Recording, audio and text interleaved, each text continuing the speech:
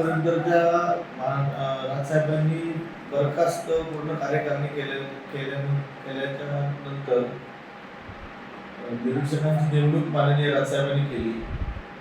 माननीय निरीक्षक गजानन राणे आणि संदीप दळवी हे पूर्णपणे जिल्ह्यातल्या तालुक्यातल्या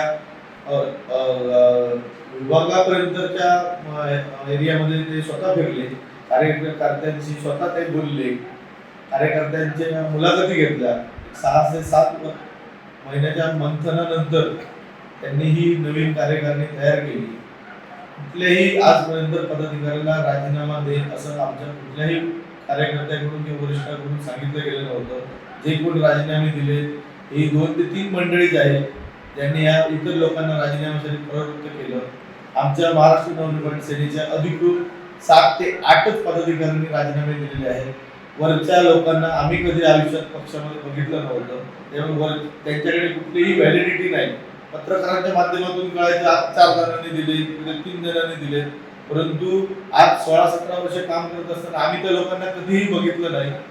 त्यामुळे ही लोक फुगीर स्वरूपात पक्षाची बदनामी करत होती आणि राजीनाम्याचा विषय हा कोणाचा सांगितलं नव्हतं. आणि आजही राजीनामे दिलेले किंवा आज कुठेतरी बाहेर असलेले महाराष्ट्र सैनिक राजसाहेबांवर प्रेम करणारी मंडळी जी आहेत त्यांनी यावं. आमचे दरवाजे सदैव कार्यकर्त्यांसाठी उघडे आहेत.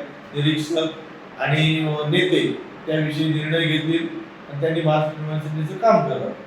आरोप हे बेमुळाचे आरोप आहेत. पक्ष निरीक्षक हे फक्त 6 ते 7 महिन्यासाठी त्यांनी निरीक्षण करून इथले जे कोण कार्यकर्ते होते त्यांच्याशी चर्चा करून त्यांचं सर्व मंथन नेत्यांपर्यंत पोहोचवलं, राजसाहेबांपर्यंत पोहोचवलं आणि त्यातून ही कार्यकारिणी राजसाहेबांच्या सही शिक्कामोर्तब झालेली पत्र पदाधिकाऱ्यांना दिली. नाहक आपल्या निरीक्षकांमध्ये टीका करण्यात अर्थ नाही.